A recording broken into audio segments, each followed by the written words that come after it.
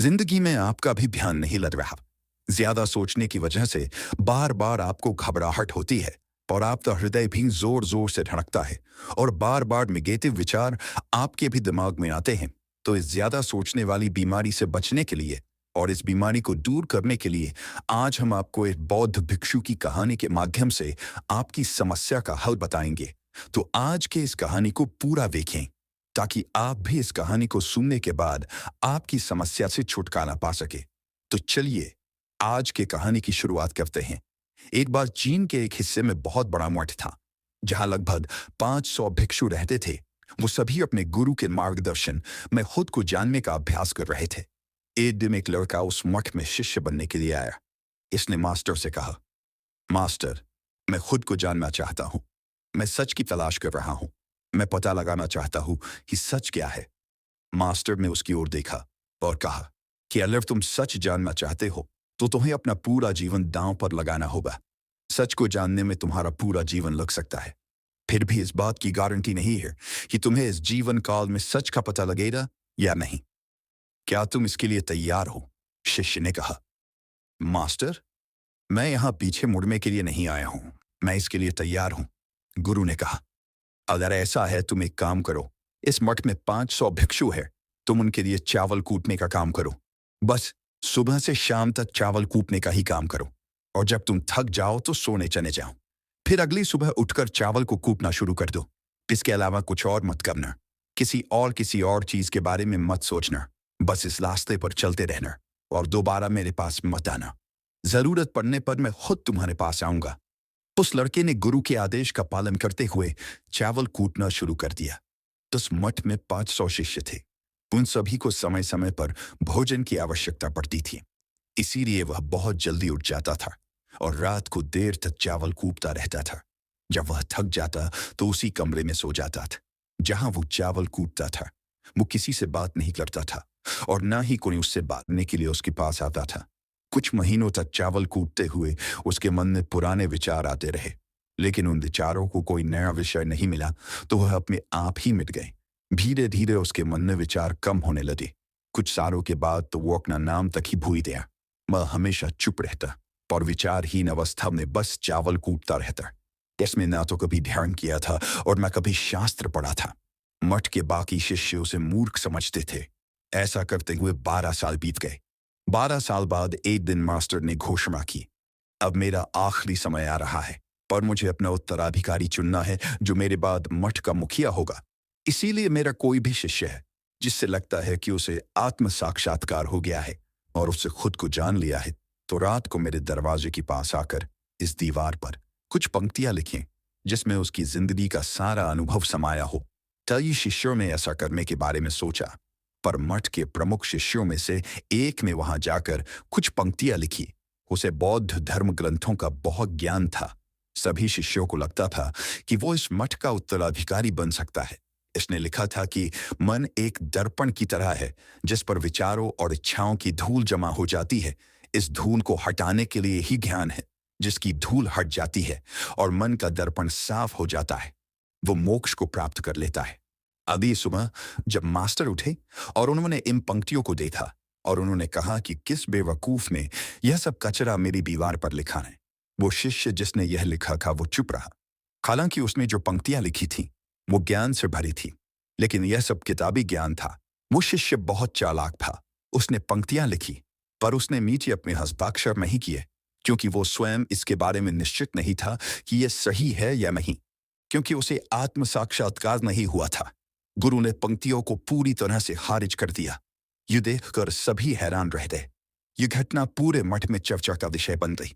इस विषय पर बात करते हुए 2 शिष्य उस शिष्य के पास से गुजरे जो 12 साल पहले यह आया था और दिन रात चावल कूटता रहता था। दोनों की चर्चा सुनकर वह धीरे से हंस पड़ा। दोनों शिष्य ने उसे पूछा कि तुम क्यों हंस रहे हो? दोनों शिष्य की नजर में यह चावल कूटने वाला तुच्छ ही भिक्षु था। किसी ने उसे न तो कभी ध्यान करते हुए देखा था, न ही कभी शास्त्र पढ़ते हुए। हर कोई उसे मूर्ख समझता था जो बस चावल को ही जानता था। उस मठ में बहुत बड़े बड़े विद्वान थे, लेकिन उस चावल कूटने वाले को किसी से कोई मतलब नहीं था। इसीलिए वह दोनों शिष्य उसे मुस्कुराता हुआ देखकर चकित रह गए। उन्होंने फिर उससे पूछा कि तुम क्यों हंस रहे हो? उसने जवाब दिया, मैं इसलिए हंसा कि मास्टर सही बोल रहे हैं। यह सब पंक्तियां कचरा है। इन पंक्तियों का कोई मूल्य नहीं है। वो दोनों शिष्य चौंक गए। उन्होंने उसे पूछा कि क्या तुम ऐसी पंक्तियां लिख सकते हो जो इससे भी बेहतर हो? चावल पीसने वाले ने जवाब दिया, नहीं, क्योंकि मैं अनपढ़ हूं। लेकिन हाँ, मैं कुछ पंक्तियां कह सकता हूं। अगर तुम में उन पंक्तियों को तुम लिख सकते हो तो मैं तुम्हारे साथ जाने के लिए तैयार हूं। उन दोनों शिष्यों ने कहा, ठीक है। वे मास्टर के कमरे के पास गए और चावल कूटने वाले में कुछ पंक्तियां बोली और दूसरे शिष्य ने उस दीवार पर लिख दिया और उन पंक्तियों के नीचे लिख दिया कि चावल कूटने वाला। उन्हें लगा कि मास्टर इस पर भी गुस्सा करेंगे। जो पंक्तियों उसने लिखने के लिए कहा था बहुत अद्भुत थी और वो पंक्तियां थी, मन तो बस एक कब हम है ना, तो मन है, ना ही मन का कोई दर्पण है। और जब मन ही नहीं है तो धूल कहाँ ठहरेगी। जो ये जानता है वो सच को जान गया। जब गुरु ने ये पंक्तियां देखी तो वे आधी रात को उठे और चावल कूटने वाले के पास गए। वह सो रहा था। मास्टर ने उसे जगाया और कहा कि ये लो, मेरी छड़ी और मेरे वस्त्र ले लो। आज से तुम मेरे उत्तराधिकारी हो, लेकिन इस मठ को छोड़कर कहीं दूर चले जाओ, क्योंकि इस मठ में बहुत सारे विद्वान हैं जो खुद को तुमसे ज्यादा श्रेष्ठ मानते हैं और वो तुम्हें मान देंगे। वो इस बात को बर्दाश्त नहीं कर सकते कि एक साधारण सा चावल कूटने वाला उनसे ज्यादा विद्वान निकला। तुम्हें वह सारा ज्ञान हो गया है जो मुझे है। तुम्हें यह सारा ज्ञान चावल कूटते कूटते हुआ है। पर मुझे पता है कि तुम जहां भी जाओगे लोग तुम्हारे पास आने लगेंगे, क्योंकि जब कोई फूल खिलता तो उसकी महक हर तरफ फैलने लगती है। तिसने अपने गुरु के पैर छुए और रात को ही वहां से चला गया। अगर हम अपनी जिंदगी में देखें तो पाएंगे बहुत से लोग सोचते हैं कि ध्यान केवल एक ही जगह बैठकर आंखें बंद कर कर ही किया जा सकता है, लेकिन हकीकत में ऐसा नहीं है। ध्यान तो चलते चलते भी किया जा सकता है। अपना कुछ काम करते हुए भी ध्यान किया जा सकता है। असल में ध्यान का मतलब यह है कि आप जो भी काम कर रहे हैं उसे अपनी शिद्दत से करें कि आपको आपके शरीर का ख्याल भी ना रहे। बिल्कुल उस चावल पीसने वाले की तरह जो चावल कूटने में इतना मग्न हो गया कि उसको खुद का कोई ख्याल ही नहीं रहा। उसने चावल कूटते हुए ही उसने आत्म साक्षात्कार प्राप्त कर लिया। हर समय वर्तमान में रहना और कुछ नहीं सोचना। मन तब तक ही है जब तक विचार है। जब विचार ही नहीं रहेंगे तो मन भी गायब हो जाएगा। जब मन ही नहीं रहेगा तभी तुम अपने आप को अच्छे से जान पाओगे। असल में हमें अपने वास्तविक रूप को जानने के लिए कोई अन्य साधना करने की आवश्यकता नहीं है। हम जो कुछ भी कर रहे हैं बस उसमें हमें पूरी तरह से खो जाने की जरूरत है। तो अपने काम में इस कदर से लीन हो जाओ कि आपका काम भी ध्यान बन जाए। ज्यादा सोचने वाले लोगों के लिए दूसरी रहस्यमयी कहानी अब हम आपको बताएंगे। तो चलिए कहानी की शुरुआत करते हैं। एक गांव में एक आदमी रहता था जो ताले तोड़ने के मामले में एक्सपर्ट था। यानी कि जहां कहीं भी ताले तोड़ने की बात आती थी या लॉक को खोलने की बात आती थी तो उसका नाम सबसे पहले लिया जाता था। एक दिन कुछ समझदार लोगों ने उसकी परीक्षा लेनी चाहिए, पर उसको बता दिया गया कि आपको इस जगह पर इस तारीफ को आना है और ताले को तोड़ना है। जब वह समय के अनुसार तय दिनांक को वहां पहुंच गया तो उसको प्रतियोगिता के नियम समझा दिए गए। आपको एक बॉक्स में बिठा दिया जाएगा और उस बॉक्स को पानी में उतार दिया जाएगा। आपको ताला खोलकर बाहर आना होगा। इस बीच आपको लगता है कि लॉक आपसे नहीं खुल पाएगा तो आप इमरजेंसी बटन को दबा सकते हैं और ऊपर आ सकते हैं, लेकिन आप प्रतियोगिता में हार जाएंगे। उसने सभी नियमों की हाँ कर दी और पानी में चला गया। जैसे ही वह पानी में पहुंचा तो उसने जेब में से एक तार निकाला और लॉक को खोलने की कोशिश करने लगा। 4 से 5 बार कोशिश करने के बाद वह बार बार विफल हो रहा था, लेकिन उससे लॉक नहीं खुल रहा था। अब ज्यादा समय तक पानी में रहना उसके लिए और भी मुश्किल था, क्योंकि सांस रोकना आसान नहीं था। फाइनली उसने अपना पूरा दिमाग लगाया और एक बार अंतिम प्रयास किया। वह विफल हुआ और उसने इमरजेंसी बटन दबा दिया। धीरे धीरे ऊपर आने लगा। पानी के ऊपर आए बॉक्स को बाहर निकाला गया और हल्का सा धक्का देकर खोला गया। वह अचंभित हो गया कि एक बार भी मेरे दिमाग में यह ख्याल क्यों नहीं आया कि मैं इसको धक्का देकर खोलूं। हो सकता है कि ये लॉक ही ना हो। तो यही होता है, जब हम भी बहुत ज्यादा सोचते हैं तो इसका खामियाजा हमें भुगतना पड़ता है। कभी कभी ना सोचने से भी जवाब मिल जाता है।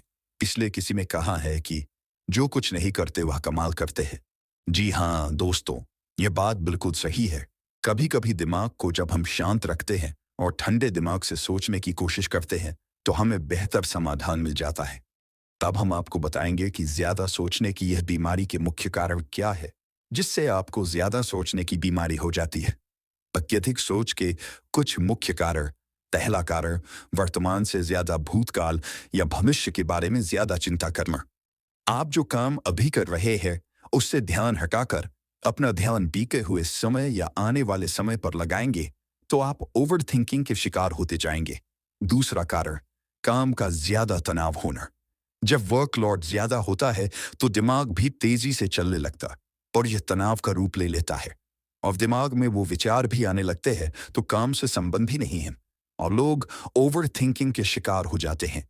तीसरा कारण, डर का बना रहना।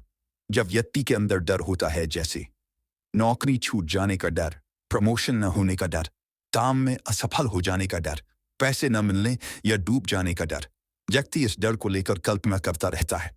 भले ही ऐसा न होने वाला हो, लेकिन धीरे धीरे यह डर उसे जरूरत से ज्यादा सोचने पर मजबूर कर देता है। चौथा कारण, कॉन्फिडेंस की कमी। जब व्यक्ति में किसी काम को करने के प्रति उलझन बनी रहती है तो कॉन्फिडेंस कम होता जाता है, जिसके चलते नकारात्मक विचार दिमाग को घेरना शुरू कर देते हैं और व्यक्ति ज्यादा सोचना और चिंता करना शुरू कर देता है। पांचवा कारण, चीजों के बारे में सकारात्मक से ज्यादा नकारात्मक विचार। जब व्यक्ति छोटी छोटी बातों के नकारात्मक पहलू के बारे में ज्यादा सोचना शुरू कर देता है तो धीरे धीरे व्यक्ति ओवर थिंकिंग का शिकार होता जाता है। क्या ओवर थिंकिंग यानी अत्यधिक सोच से छुटकारा पाया जा सकता है? तो इसका जवाब है जी बिल्कुल। ओवर थिंकिंग यानी अत्यधिक सोच से छुटकारा पाया जा सकता है, हालांकि थोड़ा समय लग सकता है। लेकिन यदि आप नीचे दिए स्टेप्स को फॉलो करते हैं तो आप ओवर थिंकिंग की प्रॉब्लम से यकीनन छुटकारा पा सकते हैं।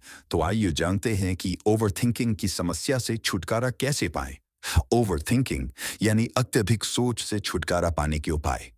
ये सब जानते हैं कि पहले विचार दिमाग में आता है, फिर वो क्रिया का रूप लेता है। हमें कोई भी काम सोच समझकर करना बहुत जरूरी है, पर किसी काम को लेकर जरूरत से ज्यादा सोचना और वो बातें भी सोचना जो काम से संबंधित नहीं है, आपको और आपके काम दोनों को नुकसान पहुंचाता है। तो थिंकिंग प्रॉब्लम नहीं है, बल्कि ओवर थिंकिंग प्रॉब्लम है और इसे कम करना जरूरी है। तो आइए जानते हैं ओवर थिंकिंग यानी अत्यधिक सोच से छुटकारा या कम करने के उपायों का।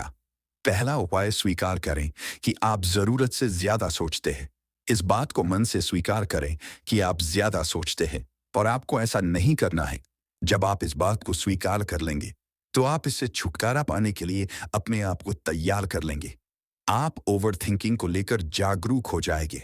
जब भी आपको लगे कि दिमाग में फालतू विचार चल रहे हैं, तुरंत उसे वहीं रोक दो और ये सोचना शुरू करो कि आपने सोचना कहाँ से शुरू किया था। तब आपको मालूम होता जाएगा कि आप कितनी फालतू की बातें सोचकर अपना समय और शक्ति बर्बाद कर रहे हैं। दूसरा उपाय, हमेशा सकारात्मक सोचने की कोशिश करें। क्या गलत हो सकता है कि जगह क्या अच्छा हो सकता है। सोचे, नकारात्मक विचार डराते हैं और आपका दिमाग चिंता से दौड़ने लगता है। जब आप उन नकारात्मक चीजों पर ध्यान केंद्रित करने लगते हैं जो कहीं हो गई, तो तब आप दिमाग के गुलाम हो जाते हैं। लेकिन जब आप सकारात्मक रूप से सोचते हैं तो दिमाग आपका गुलाम होता है। सकारात्मक रहने का मतलब यह नहीं है कि आप चीजों के सिर्फ एक पहलू को देखें, बल्कि सही और गलत दोनों पहलुओं को देखना जरूरी है। पर केवल नकारात्मक सोचना या ज्यादा नकारात्मक विचार आपको अनुचित सोचने पर मजबूर कर देते हैं। तीसरा उपाय, योग, ध्यान और व्यायाम करें। योग, ध्यान और व्यायाम मस्तिष्क और शरीर को स्वस्थ रखते हैं। ध्यान काफी लाभदायक है, इसे अपने जीवन का हिस्सा बनाएं। चौथा उपाय, वर्तमान क्षण में जीने की कोशिश करो।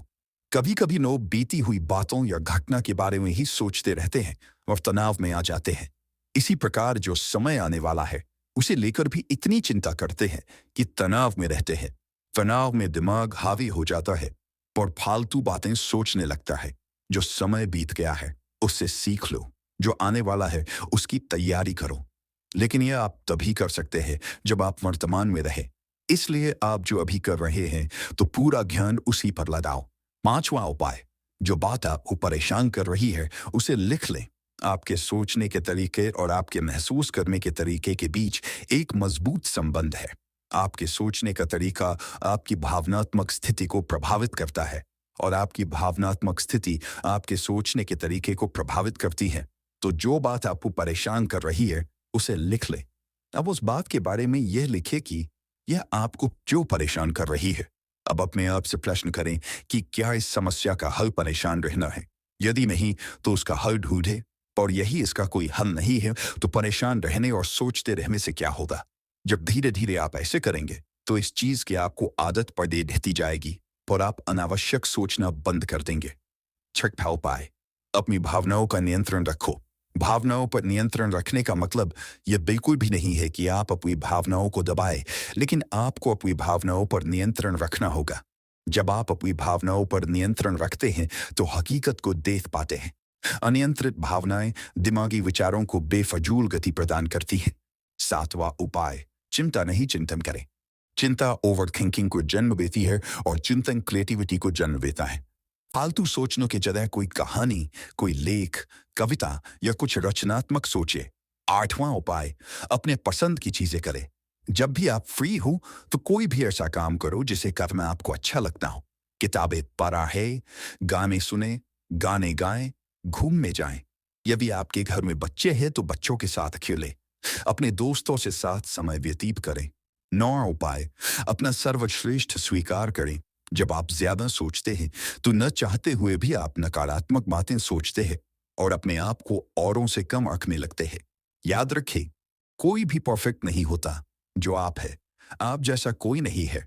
लोग क्या कहते हैं, इस पर ध्यान देने की बजाय अपना सर्वश्रेष्ठ स्वीकार करें, अपने ज्ञान को बढ़ाते रहे और पॉजिटिव रहे। 10वां उपाय, मन को शांत रखें। आधुनिक जिंदगी भाग दौड़ और तनाव भरी है। अधिकतर लोगों के साथ तनाव में बने रहना इतना सामान्य हो जाता है कि उन्हें इस बात का पता ही नहीं चलता कि धीरे धीरे तनाव उनके मानसिक और शारीरिक स्वास्थ्य पर बुरा प्रभाव डाल रहा है। जब मन अशांत होता है, तब नकारात्मक और बेफिजूल के विचार हमारे दिमाग में घर करने लगते हैं। यदि आप ओवर थिंकिंग से छुटकारा पाना चाहते हैं, तो अपने मन को शांत रखें।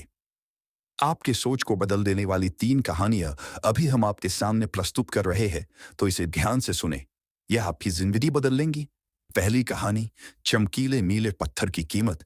एक शहर में बहुत ही जानी प्रतापी साधु महाराज आए हुए थे। बहुत से दीन दुखी, परेशान लोग उनके पास उनकी कृपा दृष्टि पाने हेतु आने लगे। ऐसा ही एक दीन दुखी गरीब आदमी उनके पास आया और साधु महाराज से बोला, महाराज, मैं बहुत ही गरीब हूं, मेरे ऊपर कर्जा भी है, मैं बहुत ही परेशान हूं, मुझ पर कुछ उपकार करें। साधु महाराज ने उसको एक चमकीला नीले रंग का पत्थर दिया और कहा कि यह कीमती पत्थर है, जाओ, जितनी कीमत लगवा सको लगवा लो। वो आदमी वहां से चला गया और उसे बचने के इरादे से अपनी जान पहचान वाले एक फल विक्रेता के पास गया और उस पत्थर को दिखाकर उसकी कीमत जाननी चाहिए। फल विक्रेता बोला, मुझे लगता है ये नीला शीशा है, महात्मा ने तुम्हें ऐसे ही दे दिया है। हाँ, यह सुंदर और चमकदार दिखता है, तुम मुझे दे दो, इसके मैं तुम्हें 1000 रुपए दे दूंगा।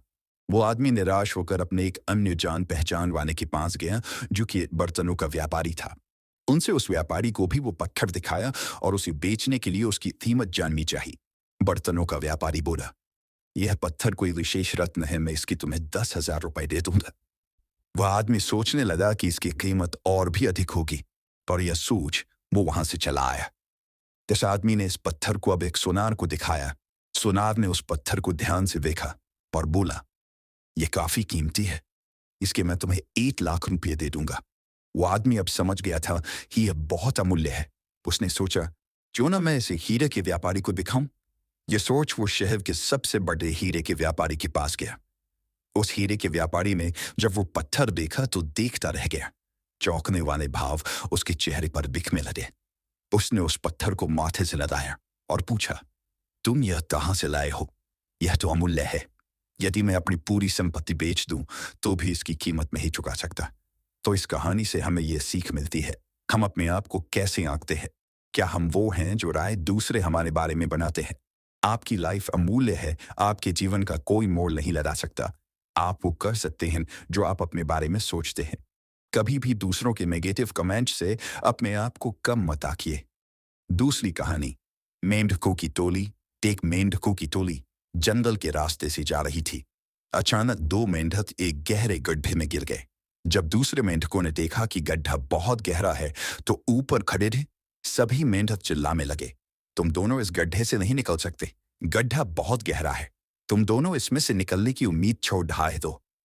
उन दोनों मेंढकों ने शायद ऊपर खड़े मेंढकों की बात नहीं सुनी और गड्ढे से निकलने के लिए लगातार वो उछलते रहे।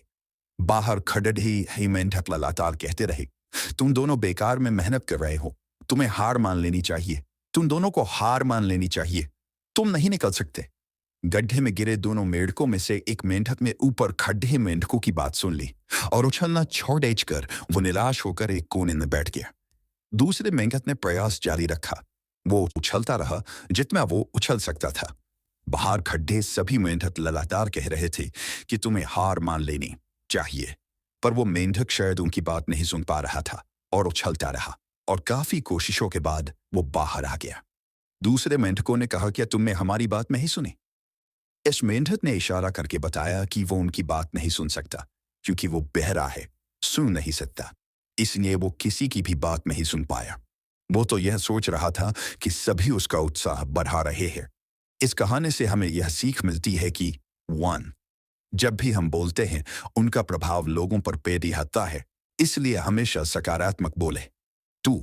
लोग चाहे जो भी कहें, आप अपने आप पर पूरा विश्वास रखें और सकारात्मक सोचें। 3. कार्य रही मेहनत, अपने ऊपर विश्वास और सकारात्मक सोच से ही हमें सफलता मिलती है। तीसरी कहानी चील और मुर्गी। ते जंगल में बरगद का पेड़ था।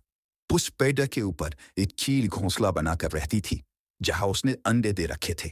उसी पेड़ के नीचे एक जंगली मुर्गी ने भी अंडे भी रखे थे। एक दिन उस चील के अंडों में से एक अंडा नीचे गिरा और मुर्गी के अंडों में जाकर मिल गया। समय बीता, अंडा फूटा और चील का बच्चा उस अंडे से निकला और वह यह सोचते बड़ा हुआ कि वो एक मुर्गी है। वो मुर्गी के बाकी बच्चों के साथ बढ़ा हुआ। वह उन्हीं कामों को करता जिन्हें एक मुर्गी करती है। वो मुर्गी की तरह ही कुदाता, जमीन खोद कर दाने चुगता और वो इतना ही ऊंचा उधर दात पाता जितना कि एक मुर्गी उधर दाती है। एक दिन उसने आसमान में एक चील को देखा जो बड़ी शान से उधर दात रही थी। उसने अपनी मुर्गी माँ से पूछा कि उस चिड़िया का क्या नाम है जो इतना ऊंचा बड़ी शान से उधर दात रही है।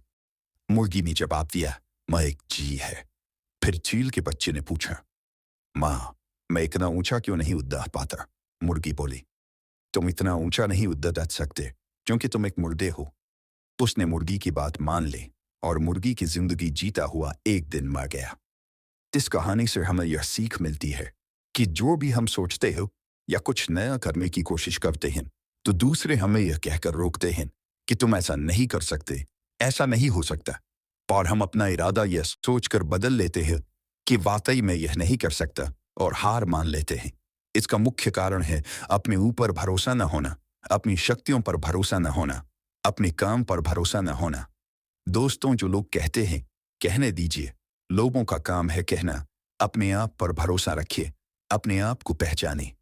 दोस्तों, अगर जीत निश्चित हो तो कायर भी IDDH जाते हैं। बहादुर वो कहलाते हैं जो हार निश्चित हो फिर भी मैदान नहीं छोड़ डालते।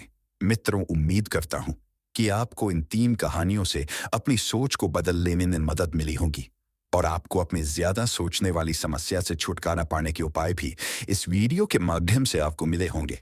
इस वीडियो से आपको कुछ सीखने को मिला हो तो इस वीडियो को अपने दोस्तों के साथ जितना हो सके उतना शेयर कीजिए और इस वीडियो के एक लाइक कीजिए और हमारे चैनल को सब्सक्राइब कीजिए।